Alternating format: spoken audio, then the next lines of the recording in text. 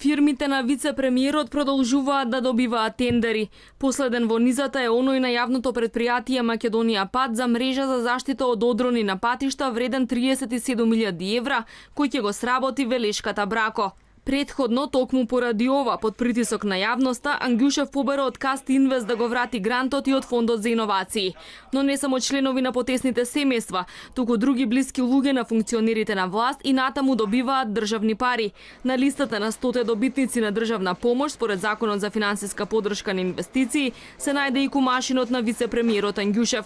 Тој вчера не сакаше многу да ја коментира информацијата, рече само дека било доволно што неговите фирми се повлекле од трката за добивање помош. Фирмите аплицирале за парите откако добиле имејл известување дека ги исполнуваат условите.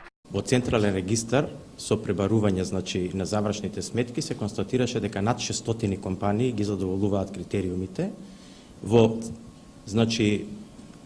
апликацијата на Централниот регистар има мејл адреса на секоја компанија, како што има и телефон, како што има и адреса, така да ги искористивме мејл адресите кои што се во апликациите во Централен регистар и од страна на АСИПИ, таму каде што ги поднесуваат документите, беа известени на нивните мејл адреси дека имаат можност да аплицираат согласно Законот за финансиска помош на инвестициите.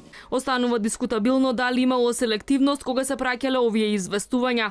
Ангјушев тврди дека во иднина компании поврзани со него нема да аплицираат за финансиска поддршка од државни институции. Меѓу компаниите кои поделија повеќе од 9 милиони евра се најдоа печатници, пекарници, но и странски инвеститори. Холандската Вптекс и австрийски Текспорт кои работат во општина Илинден, американската Амфенол во Кочани, но и македонскиот Хајтек кој гради во Бунарџик. Значителна помош добиле и салоните за мебел, како и Лицофа, Фејдом, Мебел Ви, месарниците Римес и Пекабеско, но и фармацевските гиганти Реплек и Алкалоид. Сите овие фирми треба да достават подпишана изјава за конфликт на интереси, како дел од документацијата, пред да ги подпишат договорите. Во наредниот период ќе докажуваат дека ги реализирале инвестициите, а дури кон крајот на годината ќе им бидат исплатени парите.